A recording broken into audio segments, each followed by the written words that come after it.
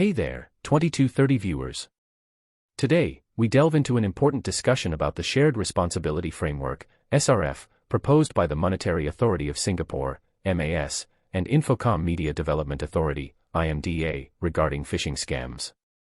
I'm going to break down the recent developments and share some insightful opinions brought up by Workers' Party Member of Parliament, Jamus Lim. The SRF introduces a system where financial institutions and telcos must reimburse victims of phishing scams if they are found to have breached their duties in mitigating such scams. The framework emphasizes the shared responsibility between these entities and consumers in preventing fraud. Financial institutions are expected to implement measures to detect and respond to suspicious transactions, while consumers are urged to be vigilant with their personal and banking credentials. In a recent parliamentary session, MP Jamus Lim raised concerns about the fundamental fairness of the current framework.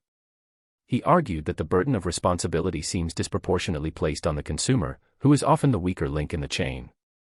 While the framework suggests an equitable sharing of losses, Jamus Lim pointed out that, in reality, losses often fall overwhelmingly on the customer.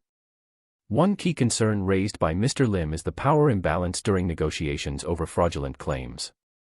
Financial institutions, with their better resources, can often hold more sway than the consumer. If a bank can prove it had no role in a fraudulent transfer, it can refuse any share of the loss, leaving the victim to bear the brunt of the scam. Jamus Lim proposed a solution to address this imbalance: the introduction of an upper limit for the amount scam victims have to bear. He suggested limits of 100 Singapore dollars or 500 Singapore dollars, ensuring that the consumer's liability is capped. This, he argues, would not only be fair but also encourage financial institutions and telcos to develop a more robust financial ecosystem, as they can no longer pass on most of the losses to customers. Acknowledging concerns about complacency, Mr. Lim argued against the notion that an upper limit would make consumers less vigilant. He emphasized the agency of Singaporeans, stating that no one would willingly fall victim to a scam, even with limited consequences. Moreover, he pointed out that mechanisms exist to identify and clamp down on abuse, ensuring that losses are more equally apportioned to both sides.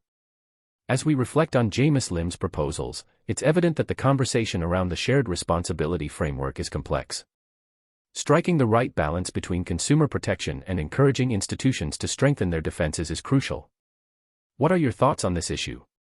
Do you support the idea of an upper limit for consumer liability, or do you think it might lead to complacency? Drop your comments below, like this video if you found it insightful, share it with your friends, and don't forget to subscribe to 2230 for more thought-provoking content. Until next time, stay informed and stay engaged.